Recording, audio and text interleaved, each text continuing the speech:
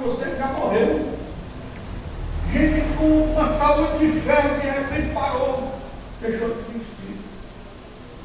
E você, às vezes, doente, diabetes, colesterol, pressão alta, coração grande, seja lá qual for o problema, e continua vivo. E vivo. Por quê? Por que você está vivo? Porque isso é uma dádiva de Deus. É um presente de Deus esta vida que você tem. O que você está fazendo com ela?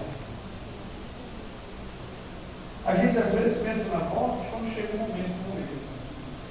É por isso que Salomão diz que é melhor ir num funeral do que numa festa. Porque numa festa, às vezes você vai, você bebe, se embriaga, dança, faz tudo. E no outro dia está arrependido, pode acontecer no lugar. Mas quando a gente vai no funeral, a gente pensa na morte da gente. Não só na dele que está morto. E quando a gente pensa na morte, a gente muda a vida.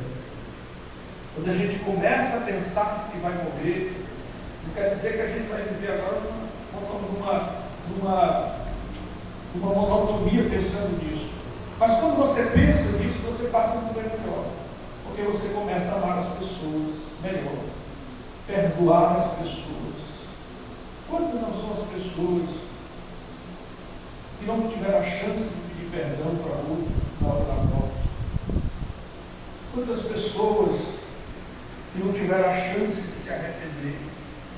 Nós tivemos aqui a morte da irmã Raimunda ontem, e antes de ontem, um rapaz assim, nosso, que foi dessa igreja, morreu quando estava comigo. Para quem está de bem com Deus, é a melhor morte que pode existir. Mas para quem não está, é a pior. Porque não dá tempo de pedir socorro, não dá tempo de se arrepender, não dá tempo de se apegar com Deus, porque a morte vem de repente. Mas eu quero dizer para vocês, a vida da irmã Raimunda, que chegou ao fim, muitos de vocês aqui, quando nasceram, ela já era velha, ela já era uma anciã, chegou a essa idade, 95, vai fazer 96 daqui a 2 meses. Essa vida longa, ela é uma dádiva de Deus. Aí você pode pensar assim, quando eu chegar com 90 anos, eu vou me arrepender de tudo. Não, pode não dar tempo. Pode não dar tempo. Aproveite o tempo, porque o tempo é Deus que dá.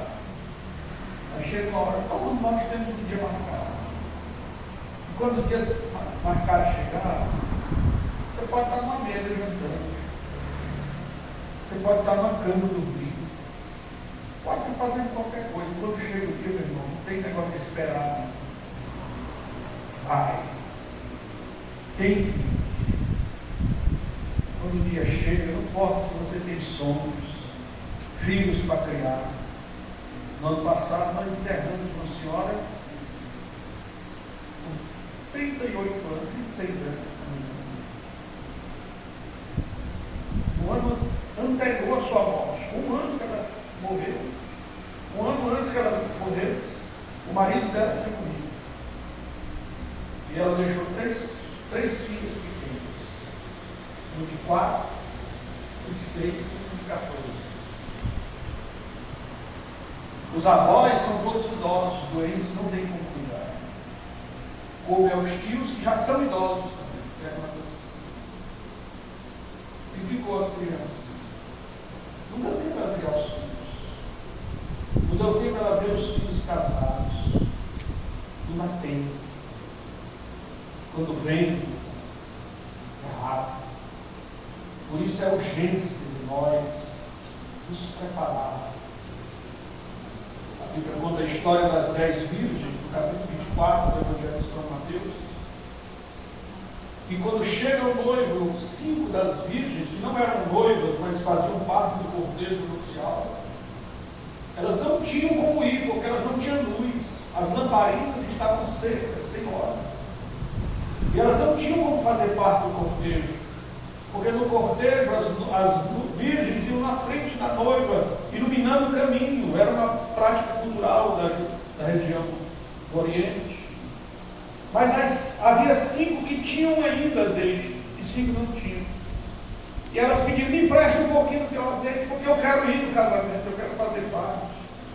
E as prudentes, que a Bíblia chama de prudentes, disseram: não, porque senão vai faltar para nós e para vós. Vão comprar. E elas saíram correndo comprar. Quando elas voltaram, o noivo já tinha ido. E elas bateram na porta. E ele disse: não conheço vocês. As minhas amigas estavam no cortejo, fizeram parte, com suas lamparinas cheias. O que eu quero dizer com isso? Que às vezes não dá tempo de se preparar. Jesus vem antes. Por isso, meus irmãos, filhos, netos, a dona Raimunda viu até a sua 5ª geração. Os filhos, netos, bisnetos, acho que os tataranetos. Não sei se ela chegou a ver depois, que eu não sei nem o que é depois do tataravô. Mas se não viu, estava perto, né? Porque a família é muito grande. Mas ela viu até a 4ª geração. Isso é um privilégio. Uma graça maravilhosa que eu tive. Eu me chamava de mãezinha, né? A mãezinha de todos. E como mãe, ela cumpriu o papel, criou os filhos, estão tudo aqui. Todos bem criados, criou os netos também. Severa, né? Era uma senhora dura. Mas isso era todas as mulheres da época dela. Que foram criadas, às vezes, sem pai, sem mãe, uma dureza terrível, que fez elas se tornarem pessoas duras também. Mas essa dureza dela gerou pessoas boas como vocês. Pessoas que, apesar de toda a dureza que ela era, a rigidez, gerou pessoas com coração bom, gerou pessoas amáveis, pessoas que hoje estão aqui chorando ao ver o seu corpo sobre a terra. Então ela deixou um legado, sim. Não foi em vão a sua vida. Vocês são frutos desta vida que viveu 95 anos. Que Deus abençoe a todos, que Deus nos console.